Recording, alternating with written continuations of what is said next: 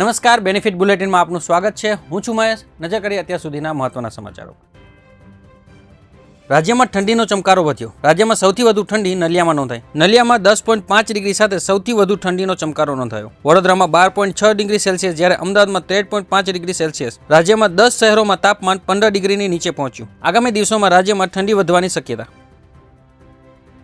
ભાવનગરમાં પત્ની અને બાળકોની હત્યા કરનાર આરોપી શૈલેષને કોર્ટે 7 દિવસના રિમાન્ડ મંજૂર કર્યા. પોલીસ આરોપીને સાથે રાખી રિકન્સ્ટ્રક્શન કરશે અને અન્ય કોઈની સંડોવણી છે કે નહીં તે અંગે તપાસ કરશે. તો બીજી તરફ માલધારી સમાજે શૈલેષ ખાંભલાને ફાંસીની સજા થાય તે અંગે માંગ કરી. સુરતના મહુવામાં બની લવ જેહાદની ઘટના. મહુવામાં રહેતા ફેઝલ નામના વ્યક્તિએ જૈનિશ તરીકે ખોટું નામ ધારણ કરીને લગ્નની લાલચ આપી દુષ્કર્મ આચર્યું. આ મામલે પોલીસે આરોપી અને એક મૌલવીની ધરપકડ કરી. વડોદરાના મધુનગર નજીક તાજ ગાર્ડન રેસ્ટોરન્ટમાં મોડી રાત્રે લાગી ભીષણ આગ. આ આગ એટલી વિકરાળ હતી કે થોડીક ક્ષણોમાં સમગ્ર રેસ્ટોરન્ટ બળીને ખાખ. આગ લાગવાનું કોઈ ચોક્કસ કારણ સામે આવ્યું નથી. રેસ્ટોરન્ટમાં ફાયર સેફટીના સાધનો હતા કે કેમ અને ફાયર બ્રિગેડની એનઓસી મેળવી હતી કે કેમ તે અંગે તપાસ કરાશે. તો આ હતા અત્યાર સુધીના મહત્વના સમાચાર. આવા જ સમાચારો જાણવા માટે તમે જોડાયેલા રહો બેનિફિટ ન્યૂઝ સાથે.